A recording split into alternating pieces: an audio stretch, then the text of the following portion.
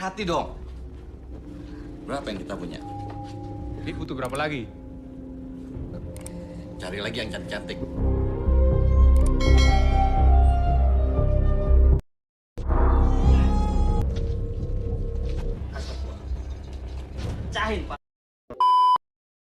Film hasil kerjasama sineas Australia, Citra Entertainment Group, HJ Production, Ritnik Film, serta Melon merilis sebuah film aksi dengan judul Message Man.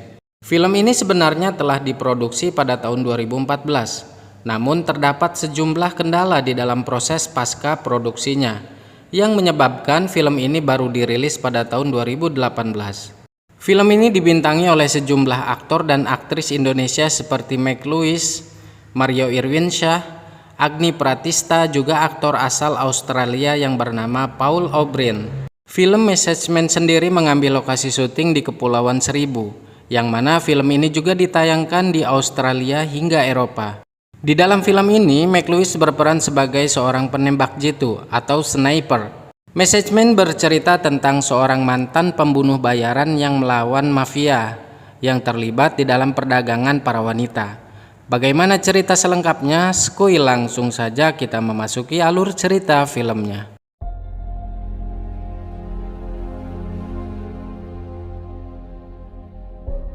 Di awal film kita diperlihatkan seorang pria berasal dari Australia yang bernama Ryan Taylor. Dia merupakan mantan pembunuh bayaran. Untuk menjauhkan dirinya dari masa lalu yang brutal, akhirnya dia mengarungi lautan lepas. Tiba-tiba saja kapal yang dia tumpanginya pun mengalami masalah dan mesinnya rusak. Karena hal itu mengharuskan dirinya untuk pergi ke daratan untuk memperbaikinya. Setelah melihat dermaga terdekat yang terdapat di pulau kecil, akhirnya Ryan pergi ke sana menggunakan boot. Dan di sana dia mendapati sebuah kampung kecil yang terletak di Kepulauan Seribu. Kemudian Ryan tiba di bengkel dan ia meminta pada kang bengkel untuk memperbaiki alat tersebut. I can make. Sorry, I have no 3 days. How long? It's too long. I need faster. Kang bengkel berkata kalau dia tidak bisa memperbaiki namun bisa membuatnya. Untuk itu dia memerlukan waktu selama 3 hari. Dikarenakan Ryan merasa kelamaan, dia pun memberi uang kepada kang bengkel agar cepat bisa menyelesaikannya. Melihat orang asing lewat, seorang anak yang bernama Donnie menawarkan bantuan kepada Ryan. Donnie memiliki ibu bernama Genti dan juga seorang adik bernama Dewi, sedangkan ayahnya sudah lama meninggal. Oleh karena itu, Donnie bekerja keras untuk membantu ekonomi keluarga. Karena rasa kasihan, Ryan membayar Donnie berbelanja stok makanan. Dan di sini Donnie mengenalkan ibunya kepada Ryan. Saya boleh ngutang lagi nggak, Pak? Good stuff after that. Halo? Doni, tell me you give... Just take some things to my boat. Ya, Bu. Yuk. Tampaknya Ryan pria yang baik. Genti pun menawarkan makan malam di rumahnya, dan Ryan menyetujuinya. Kedekatan di antara mereka mulai terjalin ketika makan malam.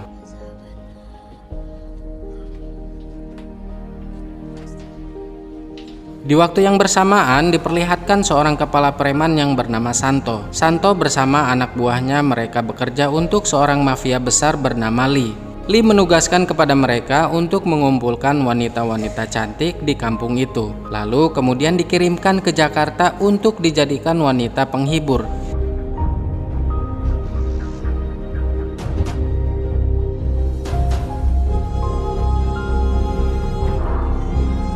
Di keesokan harinya, Donnie membantu Ryan berbelanja di pasar, hingga di saat Donnie mengangkut barang dengan menggunakan gerobak, mobil preman pengangkut wanita datang dan menabrak Donnie.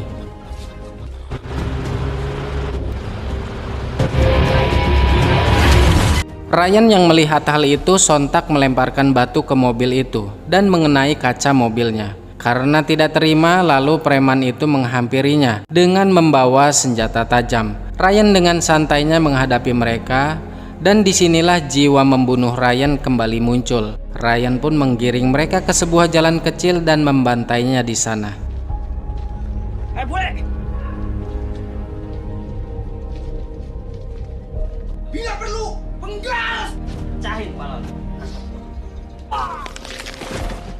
Setelah membantai mereka, Ryan bergegas membawa Donnie yang terluka untuk kembali ke rumah.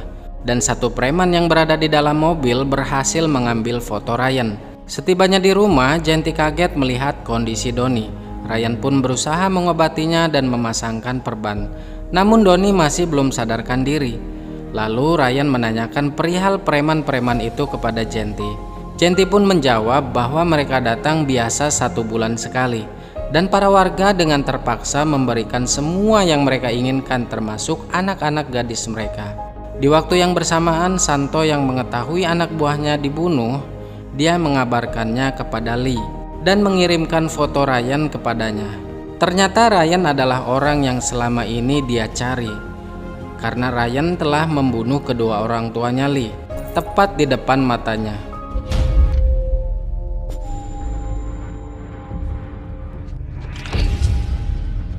Blood everywhere. Lee memerintahkan Santo beserta anak buahnya untuk menangkap Ryan hidup-hidup. Kembali ke Ryan. Mengetahui bahaya yang akan menimpa mereka, Ryan memasang alat pelacak kepada Donnie, Dewi, dan juga Genti. Setelah itu Ryan pergi ke pelabuhan untuk ke kapalnya. Namun dia merasa ada seseorang yang sedang mengintai dan mengikutinya. Lalu dia pun segera mengambil tindakan.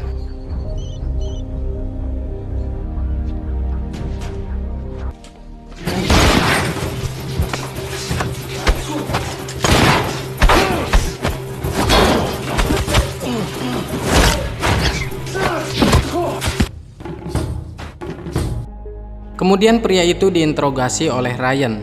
Siapa yang memerintahkannya dan berapa banyak lagi dari mereka? Dirasa semua info sudah didapat, Ryan pun menembak mati pria tersebut. I didn't pay you enough.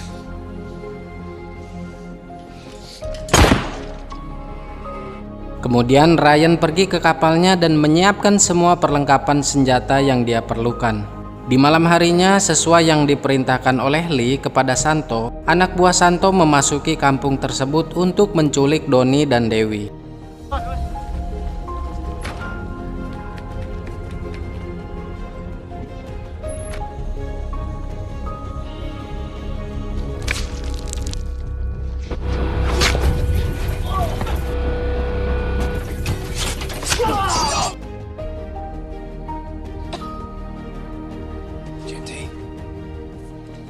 Mereka juga meninggalkan sebuah handphone yang menempel di dinding.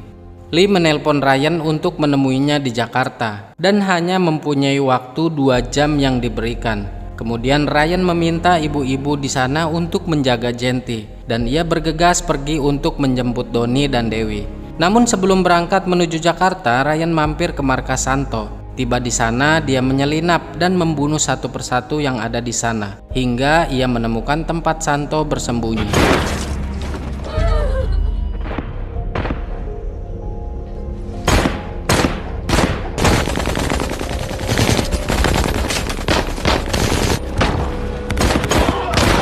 Tak ingin membuang waktu, Ryan pun langsung membunuhnya menggunakan pisau. Ryan melanjutkan misinya pergi menuju Jakarta menggunakan boot miliknya. Ketika di dalam perjalanan, Ryan membayar konsultan sniper untuk membantunya dan memberitahukan tempat yang sudah mereka tentukan. Ryan meminta Adi, seorang supir bajai, untuk mengantarnya. 135. Activation code 113.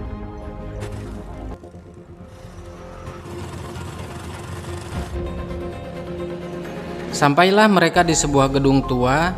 Ryan meminta Adi untuk menunggunya hingga ia kembali. Adi yang ketakutan terpaksa menurutinya. Setelah melakukan koordinasi dengan sniper, Ryan berjalan menghampiri penjaga di depan gedung sambil mengangkat tangan.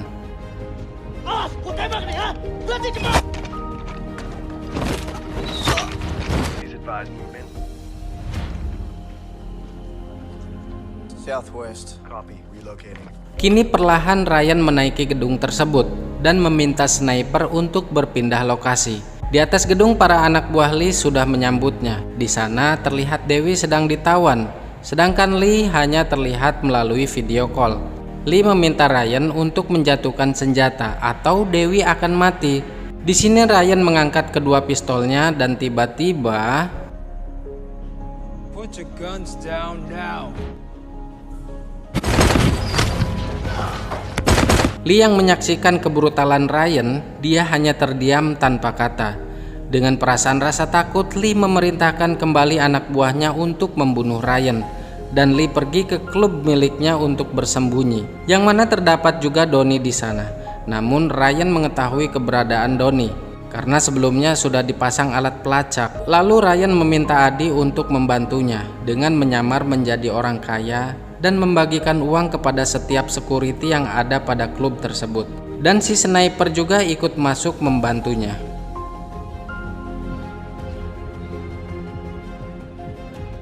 Do you take Americans?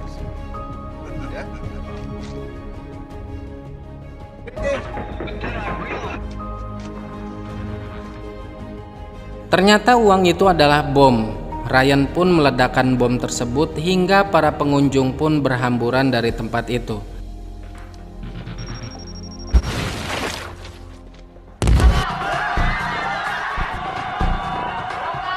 Namun di sana Ryan masuk, ternyata masih banyak anak buah Lee yang masih menunggu, sehingga terjadilah baku tembak di antara mereka.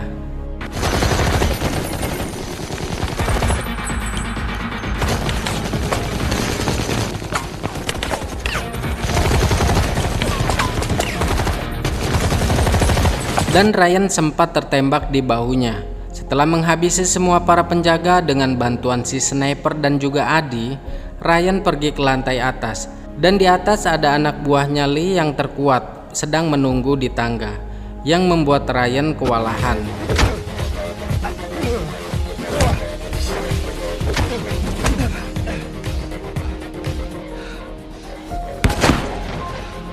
Dengan keadaan tubuh yang lemah, Ryan berusaha memasuki ruangan Lee. Baku hantam pun terjadi di sana.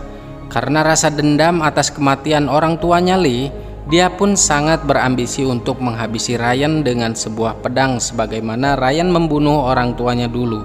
Namun tanpa ia sadari, Donnie yang berada di tempat tidur berusaha bangun dan mengambil busur panah yang terpajang. Di saat Lee mengangkat pedangnya, Donnie pun melepaskan anak panah itu dengan tepat sasaran.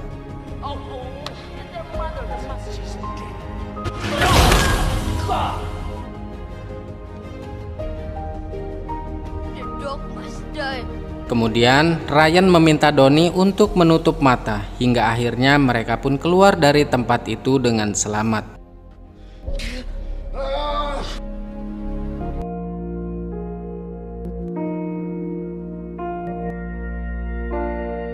Di akhir film kita diperlihatkan si Kang Bajai sedang berada di dalam kendaraannya. Dia mendapatkan kiriman satu koper yang berisikan uang. Dan di situ juga ada foto Ryan bersama Genti dan anak-anaknya, yang kini hidup bersama dan bahagia. Dan film pun tamat.